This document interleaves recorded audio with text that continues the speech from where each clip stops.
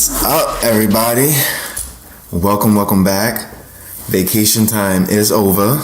Shit, some of them left. We got cold weather now. Holiday is right around the corner. Shit's about to get busy.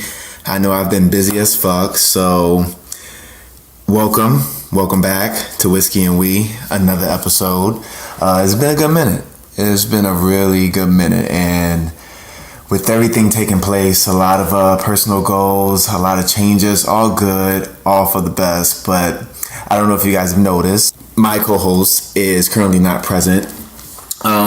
There's a lot of personal obligations happening and a lot of personal goal setting, which we all are on that path to do. So Chris, my co-host, will no longer be continuing with the show. He is following a personal journey path that's going to take him and his career to its rightful place, and I support it 100%. I am all about our black brothers and sisters doing what they got to do to get to where they need to be. So we will definitely wish him nothing but the best, and nothing but the motherfucking best, and nothing but love. But with this being a personal passion of mine, I did not want to give up on my viewers and my listeners. As I said before, much thanks. I'm just, extremely grateful. So, with me starting this platform, be it a co-host down the line or just me doing the solo project, I want to continue to be a voice and relate to people that enjoy listening to the show. So I'm going to do what I got to do to keep this going, keep this platform going. But trust me, changes will be happening within the new year, and it's going to be good changes nonetheless. We're going to be, as we said before, season 1 of Whiskey and We will be coming to a brief close. I want to say probably the beginning of November, maybe mid-November, but we'll follow up with season 2 earlier in the new year. And yeah, the project will be elevated. And I just can't wait to share this journey and this adventure and this path that we're continuing to go down with everyone. So with that being said, obviously a few minor changes with the show going forward. The question segments, we're gonna kind of put that on hold for now, along with the Who Said That. I know it was a fun segment, but without a duo co-host, I'm not gonna consider myself the best comedian, and I know I'm only funny within my personal group, so I'm not gonna even try to throw comedic reference in what I do. But what I do know that's a strong suit for me is, like I said, being relatable to people, being informative from a different mindset. So I still want to continue bringing forth the What's the Whiskey topics and get some thought provoking from myself and my listeners to continue giving you a podcast worthy of listening to. So I'll still have the What's the Whiskey, I'll still have the Keeping It Real, minor tweaks, and I'm still going to do the losers and winnings. But yeah, I mean, as long as people are elevating to the next level, including myself, including everyone that I support, my family and friends, I expect us to eventually take different paths based off of our own personal passions. So we got to keep this moving, and we gonna keep rising. And I appreciate the support from everyone that's been reaching out, and like I said, everyone that's been commenting, leaving feedback. Yeah, it definitely doesn't go unnoticed. So continue to do that, and I'm gonna continue to try my hardest to bring one exciting, informative, interesting show going forward. So with that being said, I hope everyone had a good couple weeks, because it's like I said, it's been a good minute. It's just been getting crazy. It's just busy as hell, and I think I finally got a good nap in today, but outside obligations, projects, and everything has just been pulling me left and right, let alone school. So I'm just trying to juggle it all, but at the end of the day, nothing but blessings. So yeah, we back here, and I'm ready to keep this going. So I can just jump into what's the whiskey friend with you all. One of the first things I want to talk about that's been happening this week is this whole Megyn Kelly and blackface situation. So this past Tuesday on the Megyn Kelly Today, Megyn sits there. She's going to sit there with an all-white panel and defend the idea of white people using blackface. She asks the question, why is it racist? She says, because you do get in trouble if you're a white person who puts on blackface on Halloween, or a black person who puts on whiteface for Halloween. Back when I was a kid, that was okay, as long as you were dressing up as like a character. So obviously, I mean, just shaking my head first of all, but obviously this received a lot of backlash and criticism based off of her comments. So the following day, I guess NBC urged her to deliver an apology. So she started the show by saying, I want to begin with 2 words. I'm sorry. I defended the idea as long as it was respectful and part of a Halloween costume, it seemed okay. She goes on to say, I learned that given the history of blackface being used in awful ways by racists in this country, it is not okay for that to be a part of any costume, Halloween or otherwise. And then blah, blah, blah. She also says, this past year for people of color have been so painful and the country feels so divided, and I have no wish to add to that pain and offense. I believe this is a time for more understanding, more love, more sensitivity, and honor. Thank you for listening and for helping me listen too. And the crazy thing is that, I mean, yeah, you delivered your apology, your teleprompter apology, in my opinion, but then you get a fucking standing ovation from the audience members in the studio, clapping, saying we love you. Here's my thing with that. Megyn, you are about, I think, 48 years of age, and you're gonna place in your apology that I believe this is a time for more understanding. You should already be fully educated. I mean, I think at your age, yeah, there's moments where you do have to educate these white people, unfortunately, because they do carry an ignorant mindset. But I mean, I'm just going to call it like I see it. I just thought it was racist. And I thought you had a moment where you showed your white privilege and your racist side.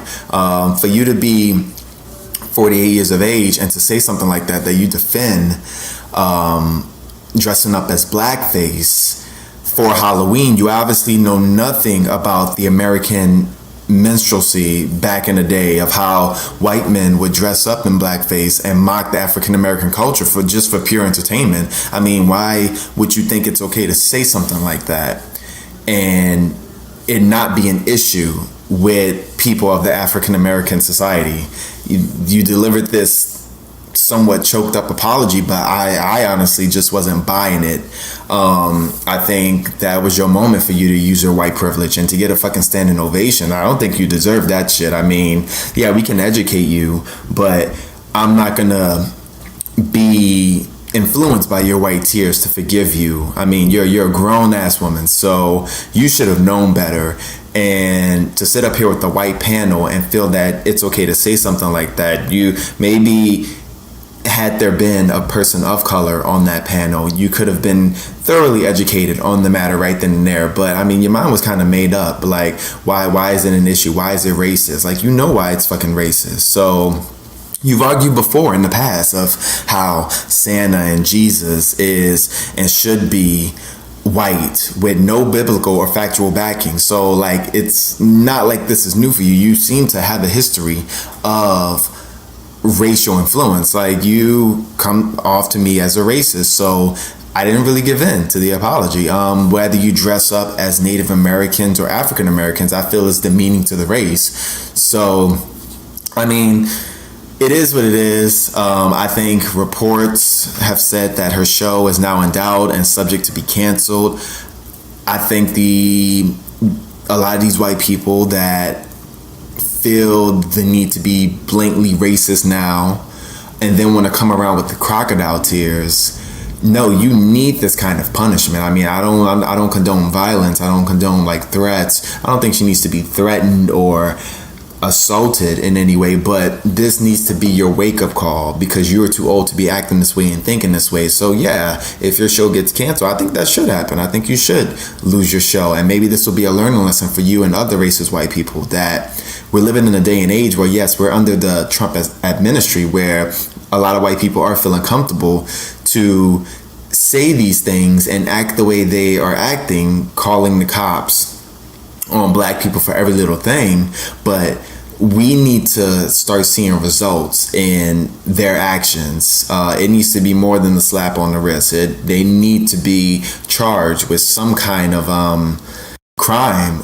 Or, I mean, her losing her show can be another prime example of waking these type of people with this type of mindset up and getting them to realize that, okay, enough of your shit. Like, you just can't feel the need to throw around the phrase, oh, this is my opinion, this is how I think, or argue a sense, this kind of racial argument, and then not expect there to be, and then kind of play victim, not expect there to be any consequences to your actions. So it's time to wake the fuck up. I mean, yeah, if her show gets canceled, shit, there we go then. That means shit's happening now. So, also speaking of white people calling the cops on black people for every little thing, if you guys haven't already, definitely check out Nicki Minaj's new funny video, the hotline for folks afraid of black people living their lives. So it's kind of a smack in the face, but it definitely speaks some true shit in what's happening. I mean, she goes on through the entire list of what white people have called the cops on black people for. And it's the littlest thing, from the kid swimming in the pool with socks, to the lady using her coupon, to selling water, to moving into your apartment. I mean, just kind of reviewing the list over, I'm like, damn. Like, and the crazy thing is that all this is factual things that have happened that are reasons why white people have called the cops. So definitely check out the video. There's some humor in it, although some truth in it. It's kind of like, you white people that have an issue with black people need to mind your fucking business. Like, you're trying to, when you call the cops, it's saying in the sense that you know there's a lot of injustice going on, especially with the cops killing a lot of unarmed black men and unarmed black people and charging them and taking them to jail. So it's you using your white privilege as a way of knowing that you have control. That's why you call the cops, because you feel that this could possibly be an outcome. So that to you gives you some kind of white privilege and white power in a sense. But yeah, time to wake the fuck up. Shit's changing. As Chris was said before, you know, the black purge is probably right around the corner and people are speaking up more. And so I think it's definitely getting to a point where we've had enough of this shit. But if you guys haven't, definitely check out the video by Nicki Minaj. I thought it was quite entertaining to watch, and just it was kind of a shaking my head moment. But yet, damn, like, it's funny, it's comedic, but there's just so much truth in it. And a lot of white people that had this issue and this internal racism going on inside of them, they need to watch it. But what we got next is Nicki Minaj. Nicki Minaj is, I guess, being sued by Tracy Chapman. Goddamn, Nicki Minaj just had a crazy ass week. I mean, with the whole Cardi B situation to just getting criticized left and right. I mean, I'm not the biggest Nicki Minaj fan, but goddamn. So I don't know if you guys remember. I remember sometime back before her album dropped, Nicki reached out to her fans asking whether or not to add a song to an album, and in doing so, it would push the album back. So this song was called Sorry, and it, I guess, had vocals or backtracking of one of Tracy Chapman's songs. And I don't know what was happening behind the scenes, but now that this is out in the air, it kind of clears things up. So she's being sued now by Tracy Chapman for copyright infringement relating to the song Sorry. Tracy, she has the lyrics from her 1998 Baby Can I Hold You, and she says that they incorporate the lyrics and vocal melody from that song, but they did it without her permission. Tracy claims that her representative, Nicki Minaj's representatives, were reaching out several times back in June about using the song, but Tracy denied the request, but which was made after Nicki Minaj had recorded the song for her album Queen. Now we know that the song was not added to the album, but what caused this lawsuit happening is, according to Tracy and her side, Minaj gave a copy to Hot 97, and the station promoted the song, and they also played it. They promoted it on social media, and then they also played it on air. So this is what's causing the actual lawsuit in place. I didn't hear the song. I didn't really hear anything about it either, but I do remember Minaj back in the day asking if she should put the song on to her fans and that it's a dope song. I mean, the album is pretty solid, I'm not gonna lie. So I'm sure that her and her team should have known, like, with the steps of doing that. It's one thing that you made the song and you already did it without Tracy Chapman's like permission. I get that, because sometimes we can do things behind the scene, like, but that's for your archives. Now the minute you give it to a popular DJ, like a radio station, Hot 97 is pretty popular, and they go ahead and release it, then all bets are off at that point. I mean, was the song really worth what she now kind of has to deal with, her and her team? So I don't think it was worth it. I mean, like I said, the album was pretty solid. So what this song could have been just that unreleased song until they may have gotten permission, and it could have been added maybe on another album or a deluxe edition. But I don't think all that extraness was needed and that urgency to go ahead and give it to a radio station and have them play it and promote it without the actual permission of the vocals that are on it. So I mean, I hope it was worth it, but I don't think it was that serious to push and do something that I guess is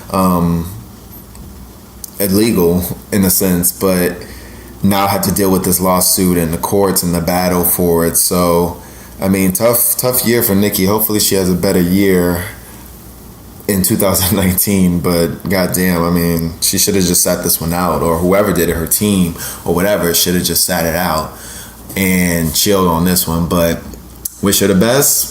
I guess the story will unfold and we'll see what's going to happen with that. Also, something very, very interesting. We have a Titanic 2 that's coming, and no, it's not a Titanic 2 the movie. So we got Clive Palmer, an Australian businessman and politician. He announced that the work on the ship has been commenced. So allegedly the new ship will be an identical copy of the first Titanic. They are building a whole nother fucking Titanic. It's just crazy interesting how this is going out, to how this is going to be formatted. It says, to avoid a repeat disaster, Titanic 2 will apparently be outfitted with plenty of lifeboats and will have a welded, not riveted hull, plus modern navigation and radar equipment. Blue Star Line says the 9-deck ship will be home to 835 cabins, set to accommodate 2,435 passengers. You'll be able to buy first class, second class, and third class tickets, just like the original. It'll also be outfitted exactly like the original Titanic, including the grand staircase that plays a memorable role in the movie. So, I mean, I think that's pretty cool that they're gonna build another Titanic, pretty much identical like the first one. The interesting thing is that the ship is set to follow the original journey, carrying the passengers from Southampton to New York. But the ship is also going to obviously go around the globe and make all these other destination stops. Like, I think there's a trip from Dubai to New York. The first sail is scheduled to set in 2022. So the ship is, not only is the ship going to look exactly like the first Titanic, but it also is gonna take the same route. I don't know. Like, I don't know who would be able to maybe take that trip. I think there's a little bit more security in the technology that's invested in it, in this day and where we are now with it. They're gonna have navigation. I don't think that was something, if they did have it, well, no, because my dumb ass, the first Titanic was back in like the early 1900s. So no, of course they didn't have it. I was thinking of the movie for a second. Goddamn.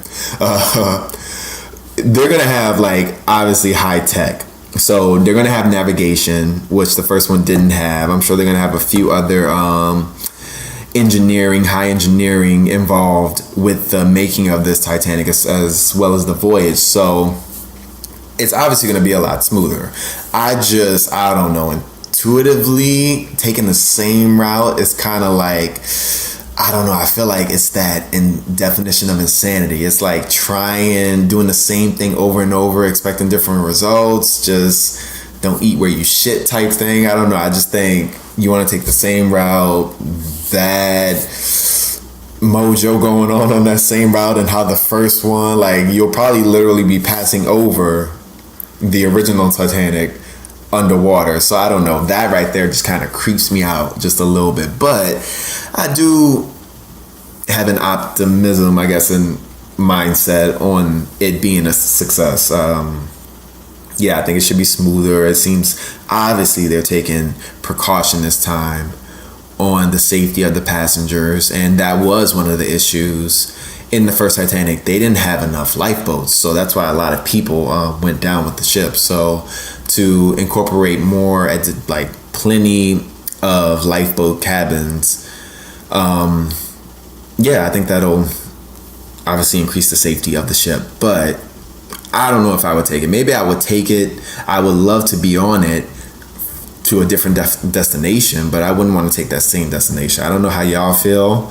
But yeah, I guess the Titanic too is coming, and we'll be able to relive it. It's a big ass ship, so that's something very, very interesting to keep out there and on the wraps. But I believe that's it for Whiskey and We. Another thing I forgot to tell you guys, it could be a good thing, because I know when I was doing it with Chris, the podcast could stretch for about a good 2 hours. If it was like, when you have two individuals, two opinions, both bringing topics of discussion and brainstorming ideas and everything, it can get deep and it can kind of extend itself. So the great thing about the podcast going forward is that they're going to be shorter. I'm not going to sit here and talk for goddamn 2 hours. I get tired. My energy gets tired. Shit, I'm still working, and I'm still, like I said, I'm still in school, and I need my naps. So the podcast will be shorter. I think that's great. So I won't be keeping up too much of y'all time, so y'all can still have a life. And for my close friends, there's no fucking excuse now of why you can't be listening to my podcast. So I need y'all to get on y'all shit and make sure you breeze through my episodes now. If you haven't already, please be sure to follow my podcast on iTunes. We're also on Spotify as well. So like, comment, rate, subscribe, anything to show continuous support. The show is also on Instagram at Whiskey and We.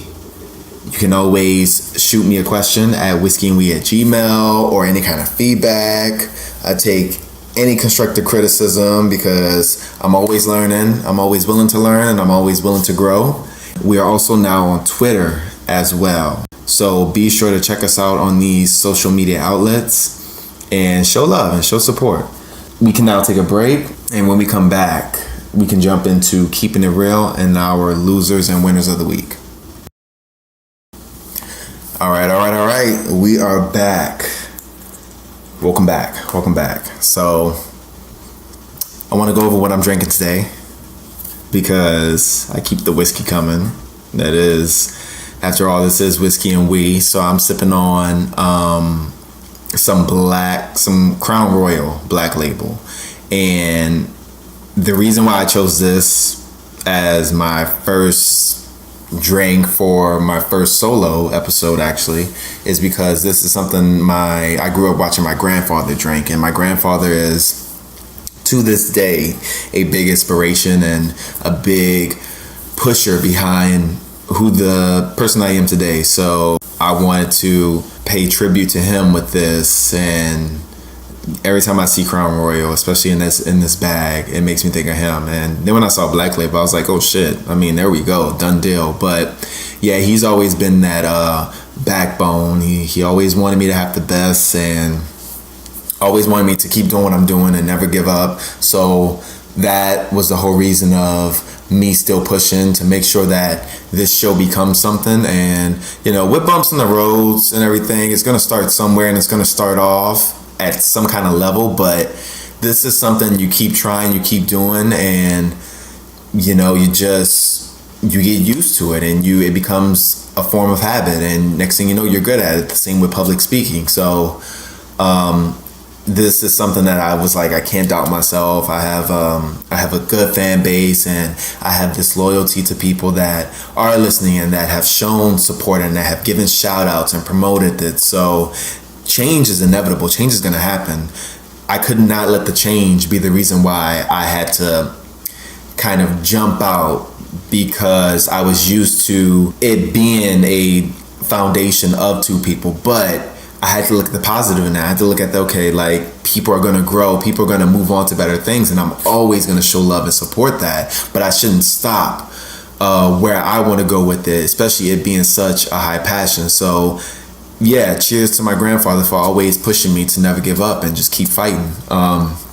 With that being said, I want to jump into keeping it real, and this type of keeping it real is gonna be tweaked a little bit, because my idea of this segment is gonna be based off of just the realness and the rawness of things that I would like to relate to people. So unscripted, unedited, and just pretty much all coming out under one topic of what we kind of deal with on a daily basis, or things that can kind of help people improve their day-to-day life. And one of the topics I wanted to talk about was complaining. So I realized that when I go to work, or when I'm out and about, or when I'm talking to friends or even family members, we have a sense to just be soaked into this mode of complaining. And sometimes we do it when we don't even realize it. You get the I'm tired, or this hurts, or I have a headache, or traffic, or this or that, any kind of thing.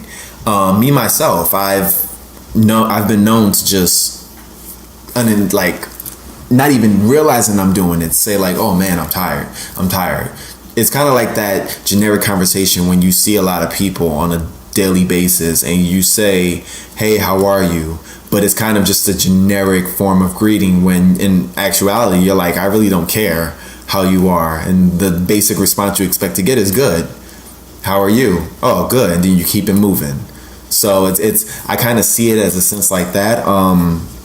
We tend to complain a lot in our daily lives, and what I'm noticing with myself is that, as you guys know, if you've been listening since day one, I'm a highly intuitive person. I believe in the law of attraction. I believe that like attracts like. So I strongly feel that life won't go on the path you expect it to go if you're going to continue complaining, if you're going to continue seeing the pessimism in things in life. So we wake up, we tired, we have to deal with traffic, we have to deal with other people's energy at that. I get it. Like sometimes we take on other people's energy, and if someone's having a bad day, then we tend to feel groggy and we start to have a bad day. But it starts to consume us if we don't take a hold of it, to where we're complaining about the littlest thing. I'm constantly hearing people complain about why is this happening, or I'm being treated like this, or I'm not getting paid enough. But instead of complaining, how about we start to kind of take one step back and prepare for the many steps we're going to take to get to where we need to be. So I always try to encourage people. I always try to encourage my friends, like, definitely focus on the positive, focus on what's happening. Like, one of the first things you should do when you wake up is you should count your blessings. So I mean, when I wake up, the first thing I do is give thanks just for being alive, because you have a lot of people in this world who go to sleep and they don't wake up the next day. And I think we just tend to take a lot of things for granted when we live in a country that everything's like high demand. We have a high supply of a lot of things. Like, you go to choose a pack of gum and you got 20 different flavors, where, you got other countries who don't even know what this is or what that is. So we constantly have a lot of choices on things, on supplies and merchandise, that we take on this kind of selfish demeanor that things like should be easy for us. And when it's not easy for us, then we start to complain, or we feel like we're the victim. I just think we need to start counting our blessings a little bit more, especially with everything, all this crazy shit going on in the world. We need to start counting our blessings and kind of start making a list, mentally or physically, on the things that we are grateful for, because we take too many things for granted. We don't tell that loved one we love them enough. We don't call them enough. And next thing you know, God forbid, it's too late. And then you never get to speak to that loved one again, or you never get to see them. I think we're so caught up in the matrix of things.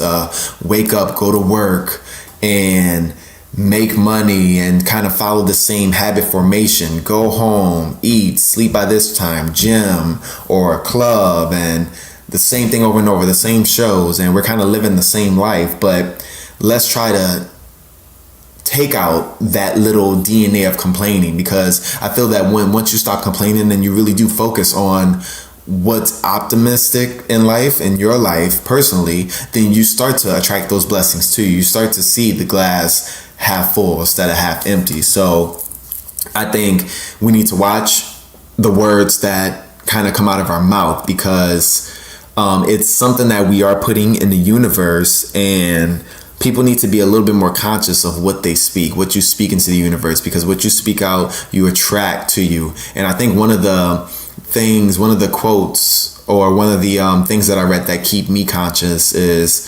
someone said, if everything you said out your mouth was tattooed on your body, you would be a little bit more mindful of what you said.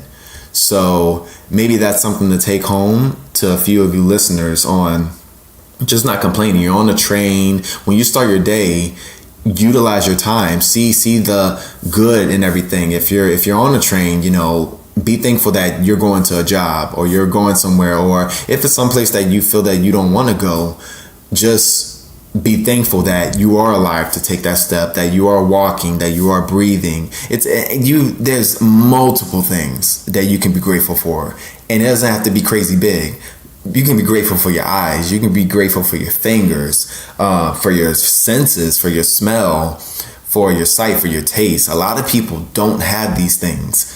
A lot of people lose these things, or accidents, or disabilities. So this is just a note that I kind of want to remind people, because I hear it a lot in my daily life. And then with it again, winter's coming, daylight saving times is around the corner, so it's going to be getting dark early. And I've read that when it gets dark, especially in the Northeast, people get depressed, people get angry, because you don't get to see sunlight. It's fucking cold as hell, and you gotta deal with all these bossy ass, opinionated ass people in the workplace. So I just want to encourage people definitely to be mindful and try not to complain, and realize that your life changes drastically the minute you switch up the way you think and the way you speak. So try not to complain for a day, and see how that changes your day, because I feel that if you don't complain for one day, and it's not going to be easy,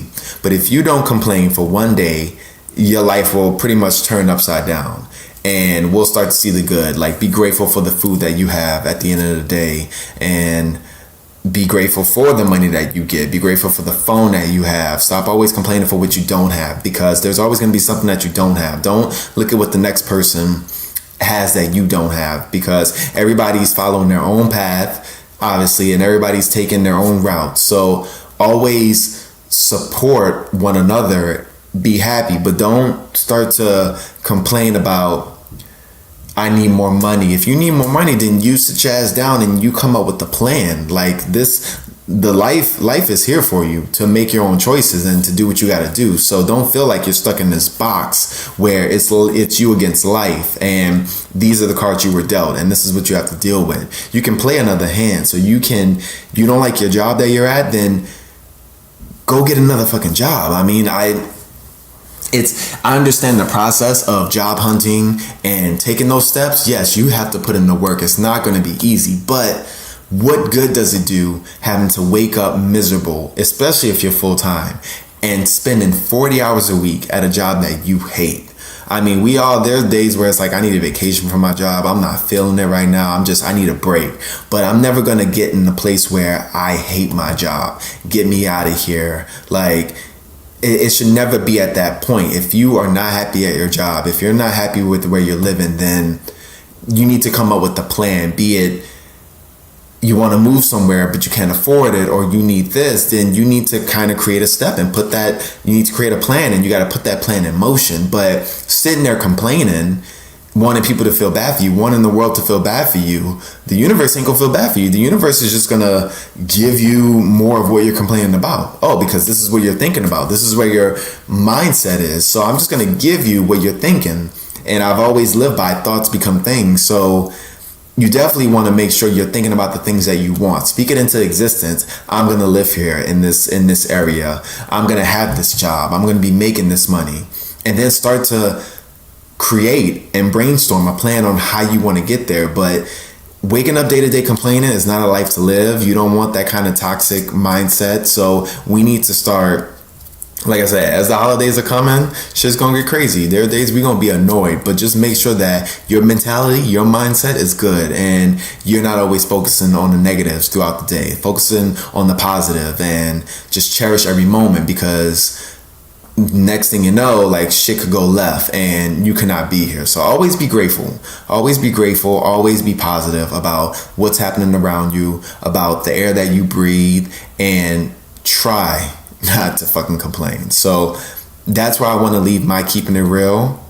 And I hope that you guys kind of get an understanding now of where I'm going to take this segment going forward. It's going to be like foundation topics. And then I'm just kind of going to go into what I've learned and what I know about that topic, because I feel like that's a good strength of mine on how I'm able to connect with different people, and how I've always connected with fellow friends and colleagues and family when it comes to topics like this. And I'm glad that I finally realized on where I wanted to go with this segment and how I wanted it to be presented, because this is one of the reasons why I wanted to start this show in the first place, is to really take what I know and exchange this knowledge with other individuals and other like-minded individuals. So I hope that it was very informative for you guys, and, be expected to hear more of this raw, unedited topic segment on how we just gotta do what we gotta do and keep our heads high. So we can come to a close with the show with our losers and our winners for the week. So my W for this week is gonna go to,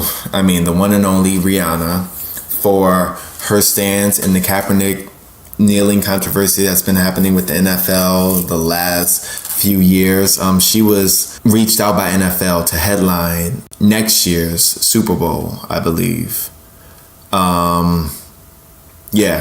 2019 Super Bowl, but she declined because she is in support and she stands with Colin Kaepernick with the police brutality and injusticeness of African American people. So she gets the win she's already had the win, but I love artists that are standing for what they believe in, and it's not just about the money. She's already doing her business and doing, like, fucking shit up and doing what she needs to do. So it would have been great to see her perform. Rihanna puts up a great performance, in my opinion. I've been to 2 of her concerts already, and she turns it the fuck up. But I would rather her not perform. Like, I agree wholeheartedly, 100% with this decision to not perform. I guess the NFL has reached out to Maroon 5, and fans are urging Maroon 5 to pull out the Super Bowl because they are now headlining since Rihanna's not doing it. But I mean, I like Maroon 5 too. I would highly hope that they are in stance for it as well. But then again, we live in a world where we continue to be surprised by certain celebrities and people on high platforms and their decisions. I mean, look at fucking Kanye. So I would be highly disappointed, but I would not even be in shock if Maroon 5 continued to do it. Not everybody's going to agree, unfortunately, but we can choose to continue to stand in what we believe in and show our support like Rihanna's doing. So hit them in the pockets and then things will start to change. So yeah, she definitely gets my W. And my L for the week is going to go to this goddamn passenger on a UK flight, Ryanair flight departing from Barcelona to London, who had the goddamn audacity to verbally assault a 77-year-old Delcy Gale, black of course, and then this man being white, threatening to push her from a seat, saying don't speak to me in a foreign language, calling her a stupid cow. It was said that he was trying to pass her to get to his seat on the plane, but she couldn't stand up because she has arthritis. I mean, the lady is 77 years old. So he went into this whole tirade and anger, like verbal assault, throwing all these insults at her, saying, I don't care whether she's fucking disabled or not. If I tell her to get out, she gets out. I will carry on as far as I can with this ugly black bastard. I mean, just a big fuck you to once again feel like you can use your white privilege and do some shit like that. And a big fuck you to Ryanair, because they ended up relocating Gail herself instead of relocating this man off of the goddamn fucking plane. I mean, no one called security, no one called the police. The woman is paying her fare just like him, so why does she has to deal with those assaults from this man who obviously is incapable of understanding that these are the complications, but instead it's once again internal racism because of this minor thing. You want to go and start throwing out racial insults and calling her a black bastard. So that's who you truly are. But it wasn't about that you couldn't get by or she couldn't get up because of arthritis. It's because of your internal racism, and the shit is just getting ridiculous. But a big L to him, and definitely a big L to the airline, because yeah, something could have been done instead of relocating her. Like they should not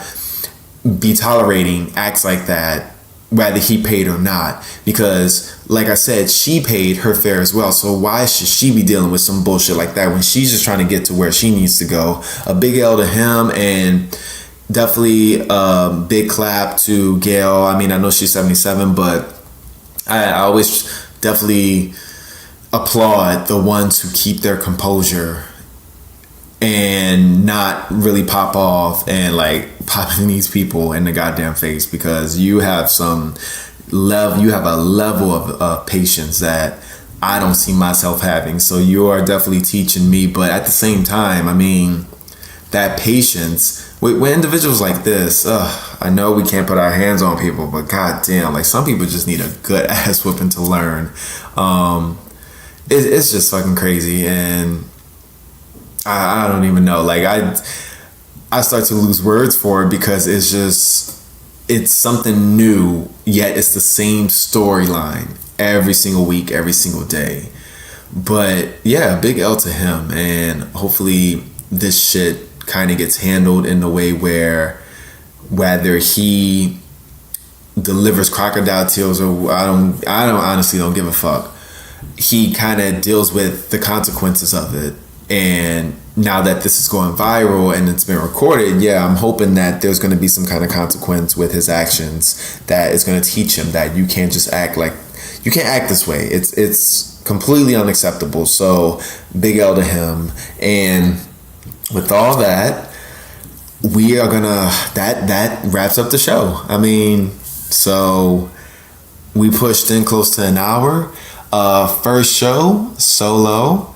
So this is kind of what it's going to be like. I hope that I have entertained you guys on my own sitting here. And I hope that I can continue to entertain and bring good conversation to the table. So like I said before, if you haven't already, go to the podcast. Definitely like, rate, subscribe, comment. And at the same time, reach out, give me some constructive criticism, leave some feedback. I'm all ears because I definitely want this to grow into something that's going to be a strong foundation for people where I can look back on it and be like, wow, I've reached out to these people and I was able to connect with a lot of people based off of my stories and based off of my conversations. So I hope that this turned out good for everyone. And what's going on this week? Shit, it's raining this week. I think it's going to be cold. So I'm staying my ass in and I'm catching up on rest. If y'all are all doing something, Halloween's coming up. So I think this is the final weekend. Be safe. Damn, am I doing something for Halloween? I was invited to a few things. See, my days all mixed up. This is the last weekend, I think. Shit. I got to figure out what to do. I don't think I'm staying in. I got to find a costume. I've been trying, ever since I moved to New York, I've been trying to dress up for Halloween. I think I got a little close the year before last. I wore like a vest. I was like the mystery man. I had a little masquerade mask on, but it gets so fucking cold up here. And Halloween, like Mean Girls, is that one time where you could be a little slutty and revealing.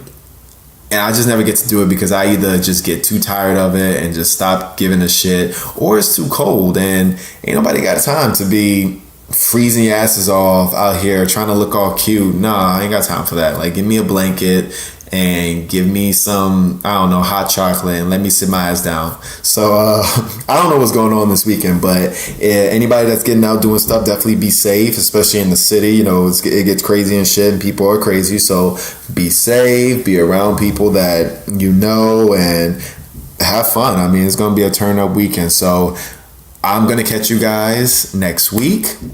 Thank you for tuning in for another episode of Whiskey and We, and I'll see y'all later.